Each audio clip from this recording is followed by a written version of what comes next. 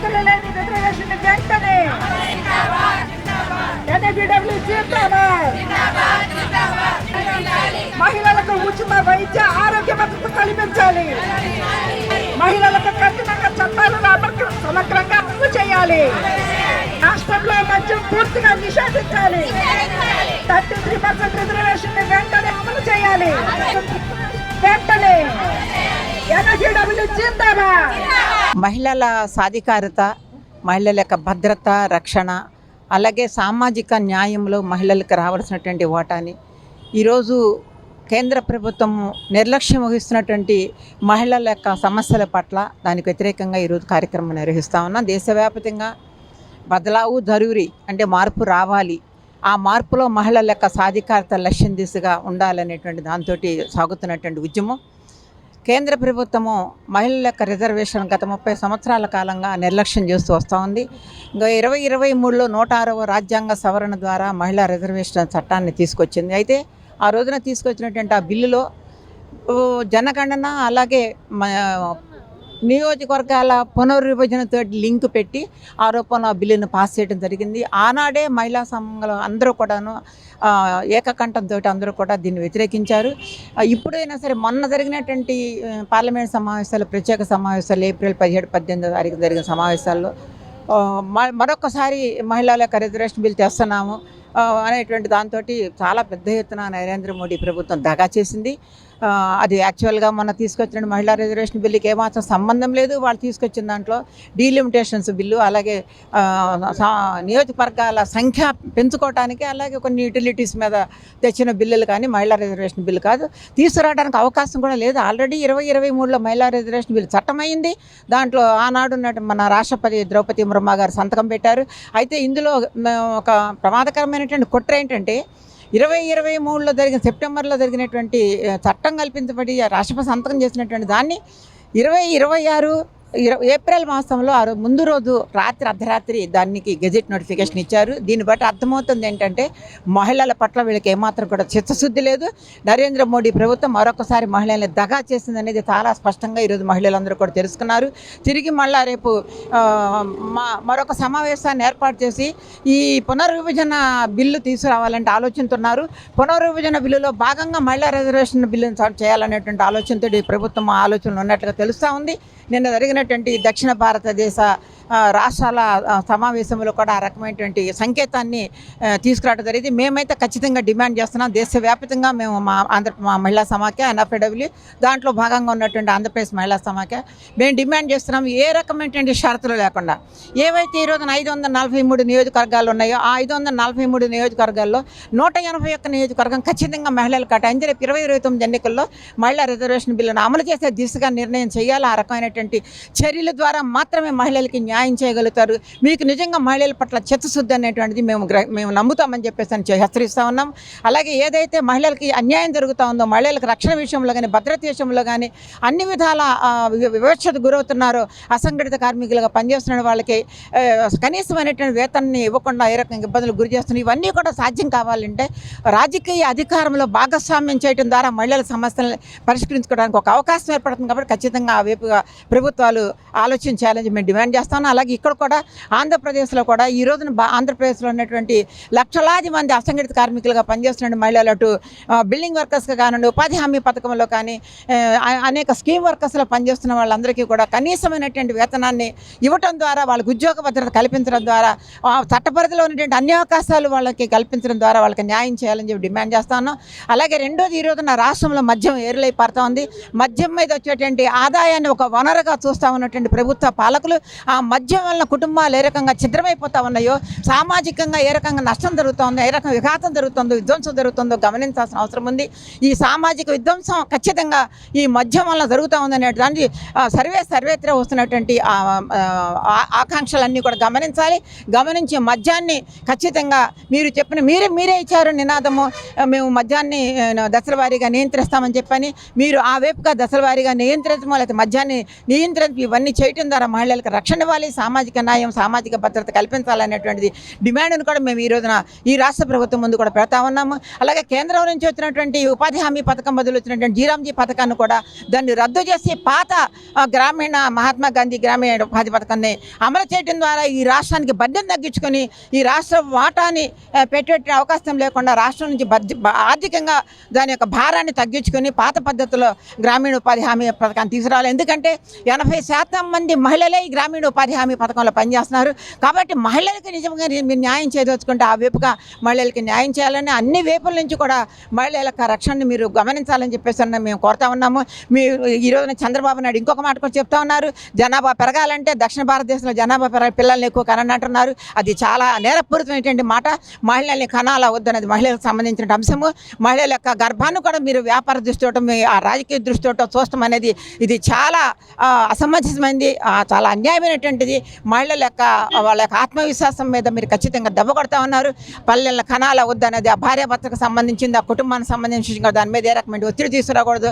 ఆ విధంగా ప్రభుత్వం కూడా ఆ నిర్ణయాన్ని ఉపసంహరించుకోవాలని సర్వేత్రా వస్తున్నటువంటి ఆలోచనల్ని, ఆకాంక్షల్ని మహిళల యొక్క వృద్ధి పట్ల, సామాజిక న్యాయం పట్ల మీరు ముందుకు సాగాలని చెప్పేసి అని ఈరోజు జరిగే ధర్నా కార్యక్రమం గవర్నమెంట్కి మేము విజ్ఞప్తి చేస్తూ ఉన్నాం.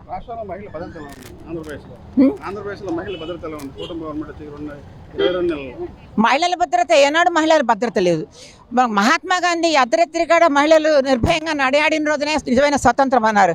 అర్ధరాత్రి రోజున మహిళల సంగతి ఎలా ఉన్న రోడ్ల మీద ఇంట్లో ఉన్నటువంటి మహిళలు కూడా రక్షణ లేదు. ఇంట్లో ఉన్న పసికొన్నల దగ్గర నుంచి కూడా రక్షణ లేనటువంటి పరిస్థితులు ఈ రోజున్న పరిస్థితి మనం చూస్తూ ఉన్నాము. పట్టపగలే కాలేజీలకు వెళ్ళిన పిల్లలకు రక్షణ లేదు, ఇంట్లో ఉన్న రక్షణ లేదు, రోడ్ల మీద రక్షణ లేదు. మెడికల్ స్టూడెంట్ ప్రియాంక రాజమండ్రిలో ఆ రకంగా చనిపోతే అసలు కొంచెమన్నా కూడా స్పందన లేనటువంటి పాలక పక్షాలు అంతా అయిపోయినాక ఏదో దాహం వేసినప్పుడు దాహార్ తీసుకోవడానికి భావితమైనట్టుగా కాకుండా మహిళల రక్షణ పట్ల ముందు నుంచే ఆ రకమైనటువంటి ఆలోచన ఉండాలి. ఉన్నటువంటి చట్టాలని సక్రమంగా అమలు చేయడం, మనకున్నాయి చట్టాలు, కానీ ఆ చట్టాలు జల్లిట్లో నీళ్లు పోస్తే ఏ రకంగా కారిపోతాయి. ఆ రకంగా నేరస్తులు, దోషులు అందరూ కూడా తప్పించుకునేటువంటి అవకాశాలు ఎక్కువగా ఉన్నటువంటి న్యాయ పరిధిలో ఉన్నటువంటి అంశాలన్నిటి కూడా గమనించాలి. పోలీసు వ్యవస్థ, న్యాయ వ్యవస్థ ఇవన్నీ కూడా చాలా సాధికారతతోటి చాలా ట్రాన్స్పరెంట్గా పనిచేయడం ద్వారా మహిళల రక్షణ అనేది ఒక పెద్ద కార్యక్రమాలాగా తీసుకుని రక్షణకి మీరు నడుము బిగించాల్సిన అవసరం ఉంది. ఇప్పుడైతే మహిళలకు ఏమాత్రం కూడా రక్షణ లేని పరిస్థితి కనిపిస్తూ ఉంది. 80 సంవత్సరాల భారతదేశ స్వాతంత్రంలో మనం కాశ్మీర్ దగ్గర నుంచి కన్యాకుమారి దాకా చూస్తే మహిళలందరూ కూడా చాలా వివక్షకు గురవుతున్నారు, చాలా అన్యాయం అయిపోతూ ఉన్నారు. జన్జడ్ యూత్ జంతర్ మంతర్ దగ్గర సాగినటువంటి ఉద్యమంలో మహిళల పట్ల ఎంత నీచంగా, ఎంత కర్కశంగా మరి ప్రవర్తించిందో ప్రభుత్వం మనం చూస్తూ ఉన్నాము. ఆ రకమైన పరిస్థితి మన రాష్ట్రం కూడా ఏమి తీసుకుపోవటం లేదు. ఆ రకమైన పరిస్థితి నుంచి ప్రభుత్వాలు దృష్టి మళ్లించి మహిళల రక్షణకు నడుం బిగించాలని విజ్ఞప్తి చేస్తూ ఉన్నాం. సిపిఐ పార్టీ జాతీయ పిలుపులో భాగంగా ప్రజా సంఘాల ఆధ్వర్యంలో ఈరోజు మహిళా సమాఖ్య ఈ ధర్నా కార్యక్రమాన్ని ఏర్పాటు చేసాం. మార్పు కావాలి, మార్పు రావాలి అనే నినాదంతో కార్యక్రమాన్ని ఏర్పాటు చేయడం జరిగింది. దీనిలో భాగంగానే ముఖ్యంగా మహిళలకు 33% రిజర్వేషన్లు ఎలాంటి షరతులు లేకుండా అమలు చేయాలని చెప్పి, అలాగే మద్యాన్ని పూర్తిగా నిషేధించాలని చెప్పేసి, అలాగే మహిళలకు భద్రత కల్పించాలని, అలాగే మహిళలకు విద్యా, వైద్యం అందుబాటులోకి తీసుకురావాలని చెప్పి ఈరోజు ఈ నిరసన కార్యక్రమాల్లో అడగటం జరుగుతుంది. ముఖ్యంగా 33% రిజర్వేషన్ అనేది దాదాపు 30 సంవత్సరాలు బట్టి ఈ కార్యక్రమాన్ని చేస్తూనే ఉన్నాం. కానీ ఇంతవరకు కూడా మోడీ గారు వచ్చి 12 సంవత్సరాల నుంచి మహిళలకు 33% రిజర్వేషన్ ఇస్తానని చెప్పి చెప్పడమే కానీ ఇంతవరకు కూడా అమలు కాని పరిస్థితి. 2023లో మరి మనం చూసాం, మీరంతా కూడా చూశారు, మేము ఇచ్చేస్తున్నామని చెప్పి చెప్పారు. కానీ నిన్నగాక మొన్నే మన డీలిమిటేషన్ పేరుతో దాన్ని అడ్డం పెట్టుకొని ఇవ్వాలని చూశారు. కానీ అది సరైన పద్ధతి కాదని చెప్పి వ్యతిరేకించడం జరిగింది. ఇప్పటికైనా సరే మోడీ గారు వెంటనే మహిళలకు 33% రిజర్వేషన్లు వెంటనే అమలు చేయాలని చెప్పి మేము కోరుతున్నాము. అలాగే ఇక్కడ చూస్తే రాష్ట్ర ప్రభుత్వం సూపర్ 6 పథకాలని చెప్పి చెప్పడం జరిగింది. కానీ ఎంతవరకు అమలు చేశారని అడుగుతున్నాం. అలాగే దానిలో భాగంగానే 18 సంవత్సరాలు దాటిన ప్రతి ఒక్క మహిళకి 1500 రూపాయలు ఇస్తామని చెప్పి చెప్పారు. కానీ అది కూడా ఇంతవరకు కూడా అమలు కాని పరిస్థితి. వీటన్నిటి మీద కూడా ఈరోజు ఈ ధర్నా నిర్వహిస్తున్నామని చెప్పి చెప్పడం. ఆంధ్రప్రదేశ్లో మహిళలకు చట్టం ఎలా ఉంది, భద్రత ఎలా ఉంది మహిళలకి? అందరికీ తెలుసున్న విషయం. ముఖ్యంగా మద్యం వల్లనే మహిళలకు భద్రత లేదనేది చట్టాలు మనం చెప్తున్నాయి. సర్వేల్లో కూడా వెల్లడిస్తున్నారు. కానీ మద్యం, గంజాయి, మత్తు పానీయాలని నియంత్రించే దిశగా పోలీసు యంత్రం కానీ రాష్ట్ర ప్రభుత్వం కానీ దాని మీద గట్టి చర్యలు తీసుకోవటం లేదు. దానివల్ల మనం చూసాము రాజమండ్రిలో ప్రియాంక అనే ఆమె మరి తాగిన మత్తులో కారుతో 3 సార్లు అమ్మాయి మీద ఎక్కించడం వల్ల మరి ఒక డాక్టర్ చదివే అమ్మాయి చనిపోవడం జరిగింది. మరి ఇలాంటివి ఒక్కటి కాదు, చిన్న పిల్లల మీద అత్యాచారాలు ఎక్కడ చూసినా, ముసలివాళ్ళని లేదు, చిన్నపిల్లలని లేదు, ఎక్కడ చూసినా మహిళలపై అత్యాచారాలు, దాడులు ఇవన్నీ జరుగుతున్నాయి. అలాగే ముఖ్యంగా ఈ మద్యం వల్ల యాక్సిడెంట్లు, ఇలాంటివి చిన్న పిల్లల భవిష్యత్తు నాశనం అయిపోయే పరిస్థితి వస్తుంది. ఇక మహిళలకి ఏ విధంగా మీరు భద్రత ఇస్తారని చెప్తున్నాం. ముఖ్యంగా మీరు ఈ మద్యాన్ని, మత్తు పానీయాల్ని నియంత్రిస్తే కనీసం మహిళలకు కాస్తైనా భద్రత వస్తుందని చెప్పేసి మేము కోరుతున్నాం. ఆంధ్రప్రదేశ్లోనే కాదు, పూర్తి భారతదేశంలోనే ఎక్కడ ఏ రాష్ట్రంలోనూ, మన రాష్ట్రంలోనే కాదు ఏ రాష్ట్రంలోనూ, ఏ జిల్లాలోనూ, ఏ ప్రాంతంలోనూ మహిళకి రక్షణ లేదు. చిన్న పిల్లల నుంచి 4 ఏళ్ల పాప నుంచి 60 ఏళ్ల వృద్ధురాలు వరకు ఎటువంటి రక్షణ లేదు. ఈ రక్షణ కల్పించటంలో రాష్ట్ర ప్రభుత్వం భద్రత ఎలా ఉంది? ఆంధ్రప్రదేశ్లో మహిళలకు అసలు భద్రతే లేదు. ఎటు చూసినా సరే చిన్నపిల్లలు, పుట్టిన పిల్లల దగ్గర నుంచి ముసలోళ్ళ వరకు అత్యాచారాలే మొదలవుతున్నాయి. అసలు ఆడవాళ్ళు హోంమంత్రి మనకు ఉంది, దేనికో కూడా అర్థం కావట్లేదు.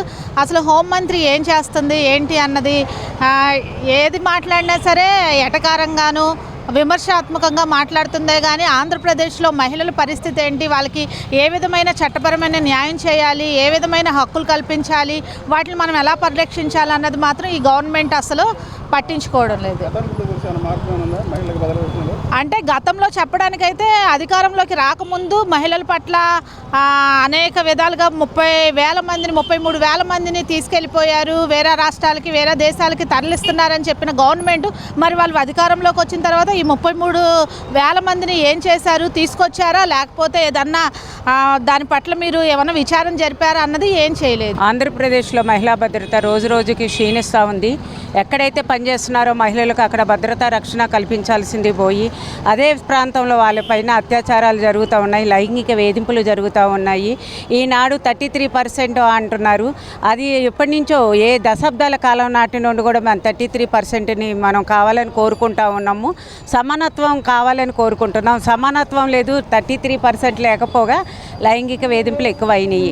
ఎక్కడైతే మహిళలు పనిచేస్తున్నారో వారికి భద్రతా రక్షణ కల్పించాలి. అసంఘటిత రంగంలో పనిచేస్తున్న మహిళా కార్మికులపై అధికారులు జోక్యం ఎక్కువ అవుతూ ఉన్నది.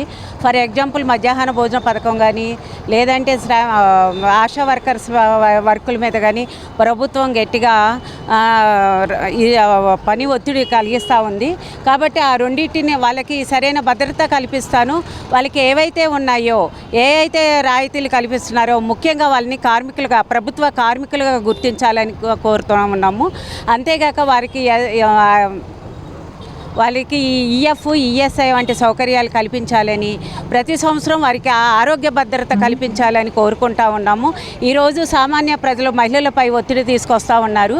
కనీస అవసరాలు కూడా తీర్చుకోలేకపోయినా కూడా అసంఘటిత గృహిణీలకు మాత్రం కూడాను ధరలను పెంచేసి ఈ విధంగా పెంచిన ధరలకు అనుగుణంగా వాళ్ళకి రాయితీలు కల్పించలేకపోవడంలో ప్రభుత్వం గట్టిగా విఫలం అవుతూ ఉంది. వీటన్నిటికి కూడా ఈ రోజున ఆంధ్రప్రదేశ్ మహిళా సమైక్య తరఫున మేము గట్టిగా ఒత్తిడి తీసుకొచ్చి మా డిమాండ్ను మేము నెరవేర్చుకోవాల్సి ఉంటున్నాము. ఈ రోజున రోజువారీ కూలీలు రేటుకు వస్తేనూ మహిళలకు ఒక కూలీ రేట్లు ఇస్తున్నారు, మగవాళ్ళకి ఒక కూలీ రేటు ఇస్తున్నారు. ఒక ఆడమనిషి కుటుంబాన్ని వదిలి వెళ్ళి మార్నింగ్ 5 దగ్గరికి వెళ్తే మధ్యాహ్నం 3 దాకా పనిచేయాల్సి వస్తుంది. అంటే దాదాపు 8-9 గంటలు దాటిపోయి ఉంది. పని విధానాలను కూడా మార్చాల్సిన అవసరం ఎంతైనా ఉంది.